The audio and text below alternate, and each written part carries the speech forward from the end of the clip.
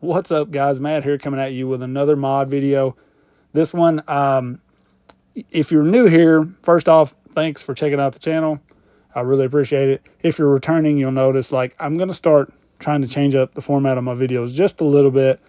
Throw a couple running clips at the beginning so that you can kind of judge if this mod is for you, if you think it's worth sticking around to watch me babble on about how to do it. And this is a very simple mod. This is nothing extreme or out of the ordinary. But it did change this truck up a little bit, lowered it quite a bit. And I thought, if I start showing you kind of right off the bat some of the lines it's doing, then maybe people will stick around more to kind of watch the mod. Sometimes people start watching the video and they lose interest before it really even gets to the performance part of it and how it changes the truck. So just something I kind of thought of, and hopefully it will benefit you guys. If you want to stick around, you can. If you don't, I really appreciate you checking it out, and hopefully the next one will be for you. So you can see here, got out on the new mountain. My father-in-law and myself had an awesome time on this first kind of section of the course that I'm going to work on, and hopefully soon I'm going to be starting on another one and just keep going from there. I want to bump up, maybe have a section that's a little more built for 18s and 110s, and plenty of room out here to expand, just kind of doing it all by hand. So, doing a little as I can. But you'll see my father-in-law is running the red deadbolt here. He hadn't ran that thing in like a year, basically. Since he got his FCX, he's just kind of been running it all the time. And he's like, I'm going to get my deadbolt back out, And we had a lot of fun. Really, we were both pretty surprised with some of the lines that both of them did, actually. The deadbolt of his just has a lot of weight down low. He's added like the millstone weights, the weights in the full send weights in the wheels. And I put a Holmes motor in it for him, and I think an Emax servo or something he's been running for a long time. But the K5, you can see it was pulling some serious lines after this little mod, lowering it a bit. And I've been pleased with this truck all around, period. But I thought it really helped the looks, lowering it just a little bit. And you can see I changed the wheels, went to the white RC4WD Stamped Steelies, and some Baja Pro X tires, just because I've never put a lot of time in with those tires, but I really like them. So you'll hear me kind of explain things in the next section of the video, because I just made up my mind that I was going to add this to the beginning. So as soon as this thing finally decides it's going to make it up this hill, we'll get to the normal part of the video, the mods and stuff. So I appreciate you guys. Hope you enjoyed the mod. What's up, guys? Matt here, coming at you with a quick how-to on just lowering your K5 or just any FCX for that matter. You'll see I went with some Baja Pros on here. These are the old RC4 drive set. Really, I was gonna maybe go with some Swampers eventually, but these are kind of hard to get right now. I only have like 2 sets, and I kind of like the wheels they're mounted on and what I'm using them on at this point. And I didn't like these wheels on here, so I didn't want to go changing all that around. And these are some tires I've had some pretty good luck with, but just never really ran a lot because they were running on some wheels that I didn't really care for. And I thought, let's put them on these and see how they fit up on this thing. And I liked it, but there was a pretty big gap here. This looks pretty bad in my opinion. You can see quite a big gap there. So just kind of looking at it, we're at easily 20 millimeters there. The front's a little less, maybe 18, something like that.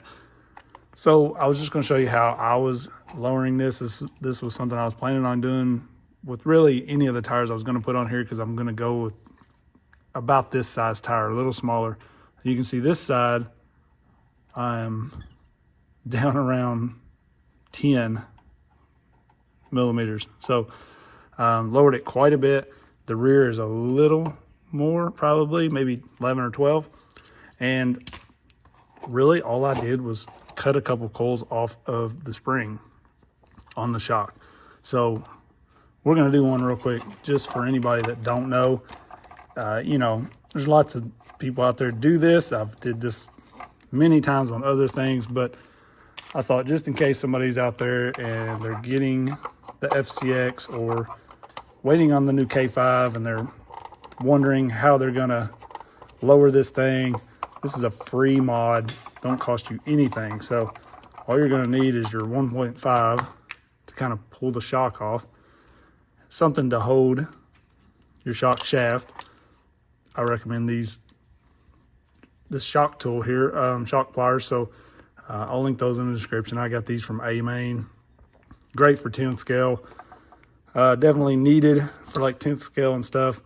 And these, I've had these forever. So you buy them once, you're set. So really, you're gonna take that bottom off, pull your spring off, and I've just been cutting about this much, about 3 coils, something like that, straight off. So I'm gonna go up 1, 2, 3, somewhere in here. And you're gonna need some type of pliers to cut these. So you can see I cut a little less on that one, maybe. It's no big deal. You can cut just a little bit more off. Something like that should be pretty even. And you're just gonna put it right back on. I mean, that's all there is to it. Of course, I filled these shocks with oil, so it makes this thing run much smoother. That's a simple mod. The O-rings come with the truck, so you can add the O-rings to these shocks, and they're pretty good for stock shocks. I mean, they're solid. And then all I do is pop this back onto the ball stud down here.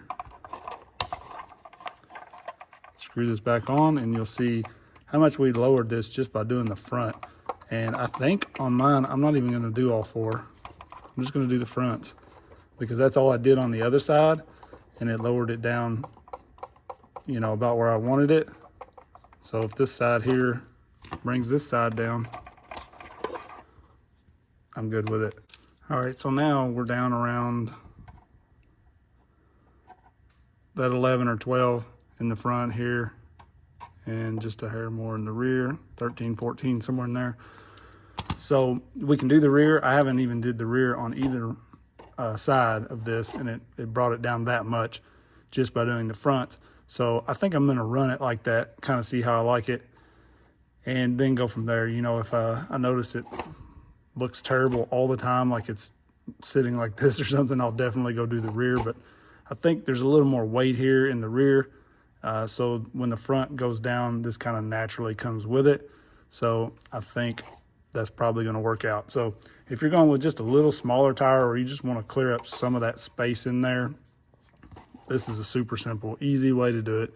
I've talked about this before, covered it on other videos, I'm sure, but lots of new people telling me that they jumped on with the FCX24 for the first time because of this.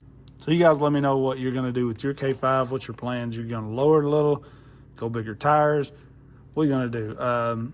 I pretty much like this thing like it is. The way I got it here, the little weight added down low, the overdrive in the front, dropped it just a hair, and it's pretty much set. Like, I don't need to change anything else on this.